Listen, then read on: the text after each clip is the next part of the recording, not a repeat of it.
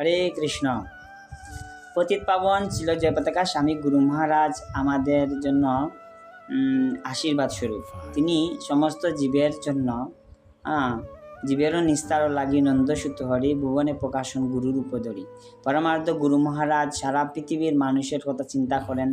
তার কাছে কোনো ধর্ম বর্ণ নির্বিশেষ কোনো ধরনের বৈষম্য নেই। তিনি সমস্ত জীবের জন্য তিনি সবার জন্য ভগবানের কাছে প্রতিনিয়ত তিনি প্রার্থনা করছেন এবং তিনি সমস্ত অধপতিত জীব যারা রয়েছে তাদেরকে তার চরণে আশ্রয় দিয়ে তিনি তাদেরকে আশ্রয় দিচ্ছেন, উদ্ধার করছেন। তো এই বিষয়ে আমাদের সবারই একটু জোর দেওয়া আছে যে পরমার্থ গুরু মহারাজ এখন বর্তমানে কেমন আছেন।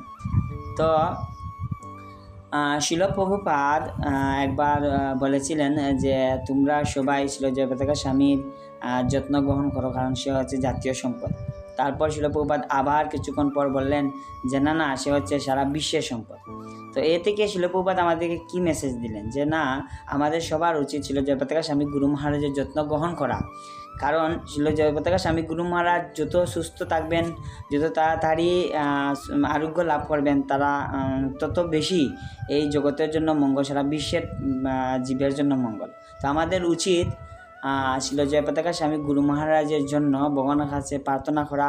সবচেয়ে যুগান্তরকারী এবং সবচেয়ে শক্তিশালী কাজ হচ্ছে ভগবানের কাছে বা ভগবানের দিব্য নাম হরে কৃষ্ণ মহামন্ত্র গুরু মহারাজের জন্য জপ করা। তো গুরু মহারাজও বলেছেন যে আমরা যারা সময় পাই বা আমাদের সবারই উচিত যে গুরু মহারাজের জন্য অতিরিক্ত হরে কৃষ্ণ মহামন্ত্র জপ করা, তুলসী পরিক্রমা করা, নৃসিংহ ভগবানের চরণে তুলসী দান করা, তারপরে একাদশীর ফল গুরু মহারাজের জন্য অর্পণ করা। তো এ থেকে আমরা কি বুঝি যে গুরু মহারাজ চাচ্ছেন এই পৃথিবীতে তিনি আরও প্রচার করবেন, প্রতি জীবকে তিনি উদ্ধার করবেন। তো আমরা যদি গুরু মহারাজের এই সেবাতে এগিয়ে না আসি, গুরু মহারাজের জন্য যদি হরিনাম না করি, তাহলে গুরু মহারাজ আমাদেরকে কিভাবে তিনি কৃপা করবেন, সারা জগৎকে কীভাবে করবেন। তো আমাদের উচিত, সবার উচিত গুরু মহারাজের জন্য ভগবানের কাছে প্রার্থনা করা। তো আমি দেখবেন না, গুরু মহারাজ জয়পতাকা স্বামী নামে একটা অ্যাপস আছে। তো এই অ্যাপসে আমি 2022-এর 8 আগস্ট আমি হরিনাম জপ করা শুরু করি। গুরু মহারাজের জন্য আমি জপ করা শুরু করেছিলাম। তা আজকে হচ্ছে 2024-এর 8 আগস্ট।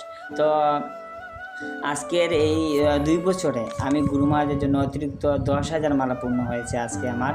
তো আমি আজকে খুবই খুশি হচ্ছি যে গুরু মহারাজের জন্য আমি 2 বছরে 24 মাসে আমি গুরু মহারাজের জন্য 10,000 মালা জপ উপহার দিতে পেরেছি গুরু মহারাজের আরোগ্য লাভের জন্য। তো এটা আসলে আমার কোনো ক্রেডিট নয় যে বা আমি নিজের মহিমা প্রচার করছি না।